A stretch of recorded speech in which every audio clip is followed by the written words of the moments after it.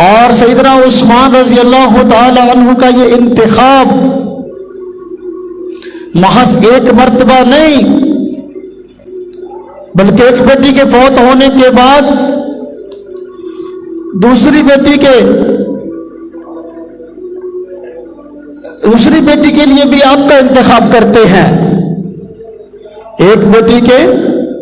فوت ہونے کے بعد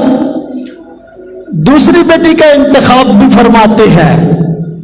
یہ عظیم سعادت ہے۔ اگر داماد اچھا نہ ہو تو ایک مرتبہ نکاح کے بعد دوسری مرتبہ بیٹی دینے کا سوال پیدا نہیں ہوتا۔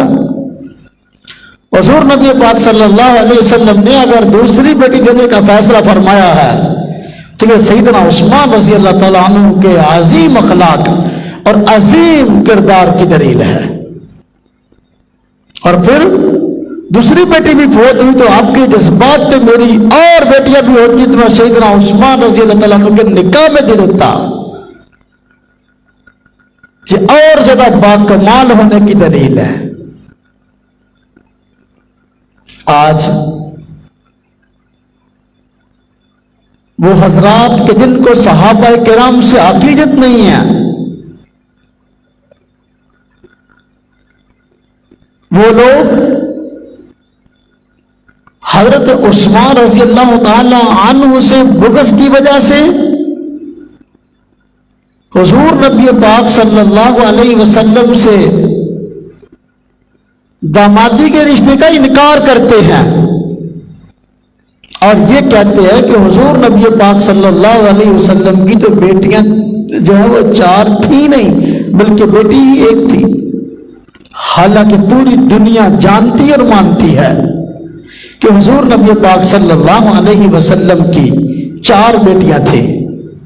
حضرت رقیہ، حضرت ام کلثوم، حضرت زینب اور حضرت فاطمہ رضی اللہ تعالیٰ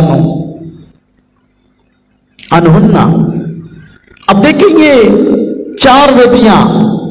لیکن صحابہ کرام کے بغض میں حضور نبی پاک صلی اللہ علیہ وسلم کی اولاد کا انکار کر دیا گیا اور دعویٰ یہ کہ ہمیں اہل بیت سے محبت ہے۔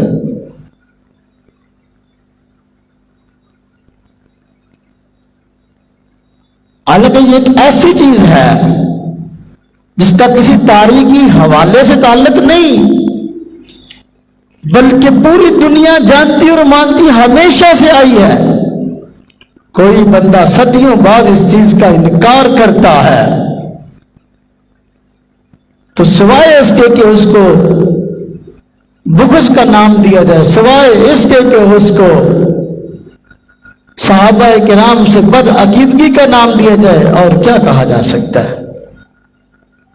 حالانکہ ان حضرات کی اپنی کتابوں میں لکھا، کتابیں بھری پڑی ہیں شیعہ حضرات کی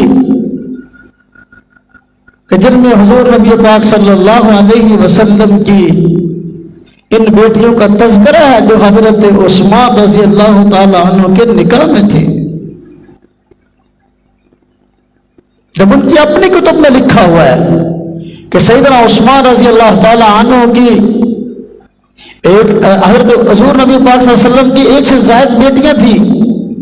ان کی اپنی کتب میں لکھا ہوا ہے، اور ان کی اپنی کتب میں حضرت عثمان رضی اللہ تعالیٰ عنہ سے نکاح کا تذکرہ موجود ہے،